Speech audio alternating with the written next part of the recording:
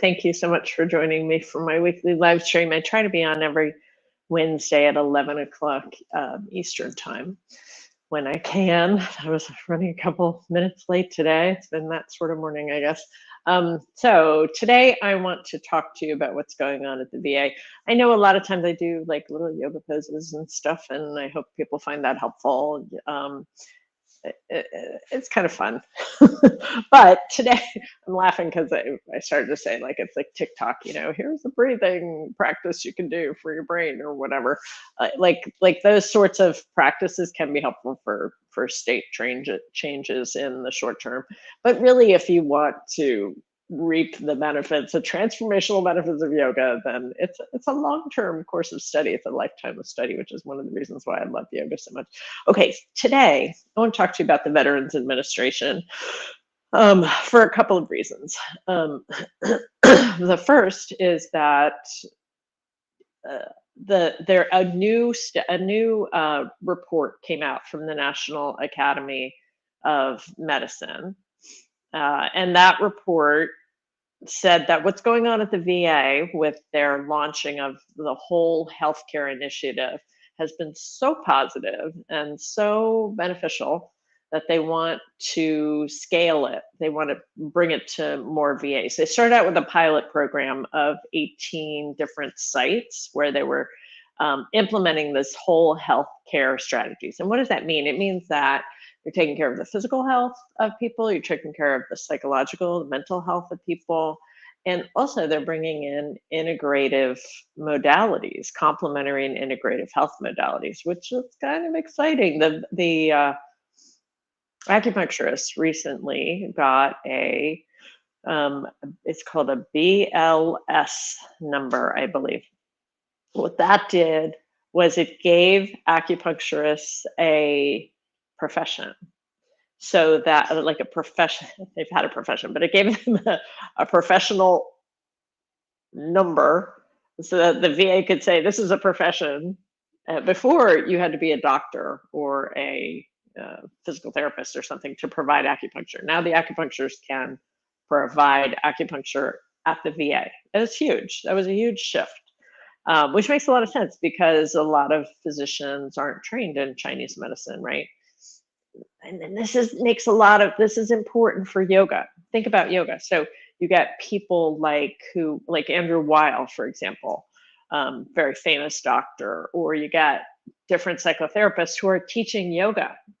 They teach, square breath or whatever thing that they teach, they're teaching yoga practices, but they're not really trained in yoga, right? So I see the path that the acupuncturist took as a path that yoga professionals may be able to take too.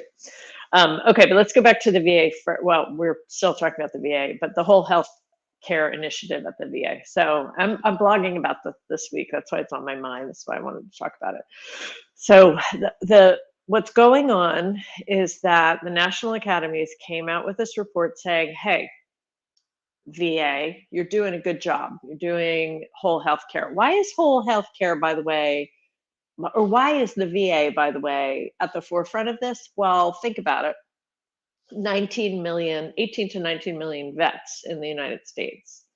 And they all need health care. And we have a chronic pain epidemic. It's worse amongst veterans. Makes sense, right?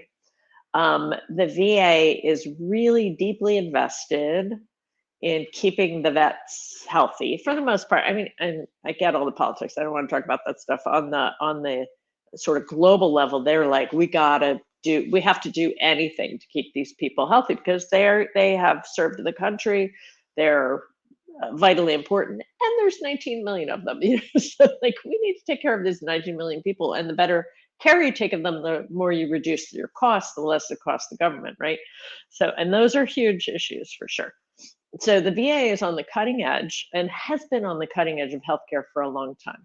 Then the National Academy comes out and says, okay, you've got to scale this program. Like it started at 18 different VAs, but there's VAs all over the country. So now they're saying, take it out to the rest of the country. Really exciting. And guess what? They said, since this plan is so powerful, and it has been so beneficial to the people that you've piloted to. It needs to be scaled to the whole country and to the whole population, the 350 or 360 million of us. It needs to be scaled to. You know, that's it's massive. That's a really exciting report to come out, because they're saying whole health care, including complementary and integrative health, and yoga is listed on the VA website as one of the modalities. Okay, what does this have to do with yoga teachers? I think the first thing is pay attention to what's going on in the national level with healthcare, because the we need to be advocating for this profession. Absolutely, right? Pay attention, write your political people, tell them to get involved in the integrative health caucus, right? Get your representatives involved. That's one thing. The other thing is yoga professionals have a seat at the table now in the VA. We have a seat at the table because the VA recognizes us as an important piece in whole health care. And where do we have the strongest research as yoga professionals? It's in chronic pain, which is which the VA is very invested in researching and providing the best care for. So we have a seat at the table. So that means go to your local VA, talk to them about what you do. Even better, get a coalition going first. Like the people in your community who you trust, who are teaching good, adaptable yoga, you know what I mean, not the other stuff. The other stuff is fine. Let it be in the fitness settings, right? But if you're teaching adaptable yoga that is really helpful for people, regardless of their ability and fitness and flexibility and all that stuff, you know how to do it. You know how to do nervous system, resilience building yoga, right? Get a coalition together. Your coalition together, get a doctor or somebody with a medical degree, some kind of a nurse, somebody to back you up. Get your little group together, go to the VA together with that power and say, this is what we can do for you. And we want to be part of your whole health care initiative that we know the National Academy is saying needs to happen in all the other VAs, right? So that means there's going to be money for it. Tell them you want to be paid. You're not, don't do this volunteer.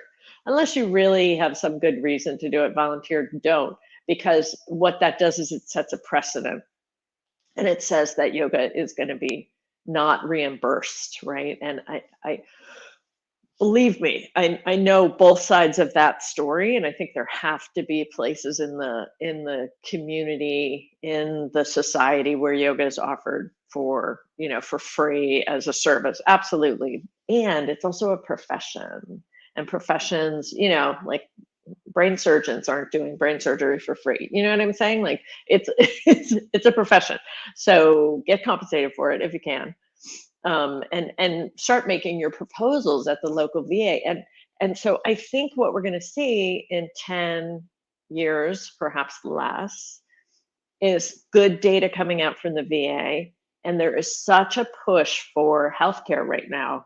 Like there is a growing movement. I know you see what's going on and it makes your head explode sometimes when we see the backlash against good healthcare, because there's plenty of that in the United States. But this train is not stopping, like it's moving forward.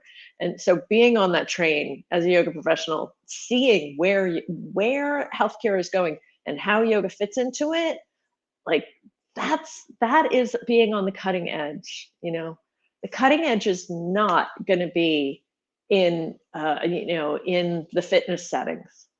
It's going to be in the settings where people who really, yoga professionals who really understand yoga as a healthcare system, you're going to be in the lead. You're going to take the lead on this.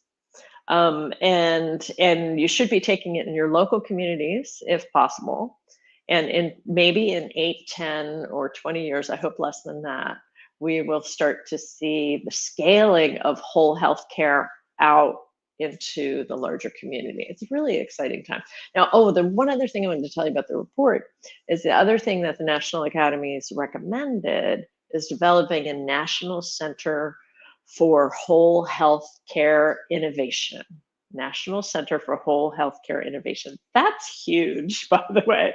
There's the National Institute of Health, right? And under the National Institute of Health, you have like 20 or 25, I don't remember how many, but it's around 20 different institutes like cancer care and aging and all that stuff.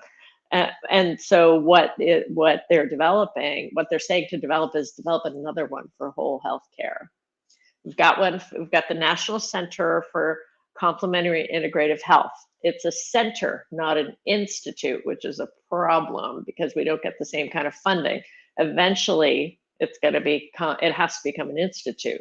But starting as a center is a good thing. So starting the Center for Whole Health Care Innovation, it's going to be exciting. And what is more innovative than what you do as a yoga professional? It's incredibly innovative, and incredibly and just incredibly powerful.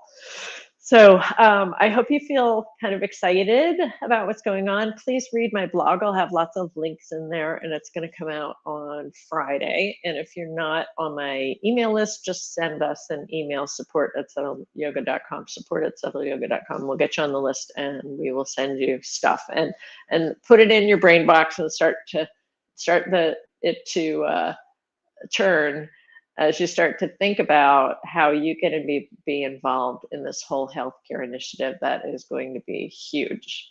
Thanks so much for being here. We'll see you next week. Take care.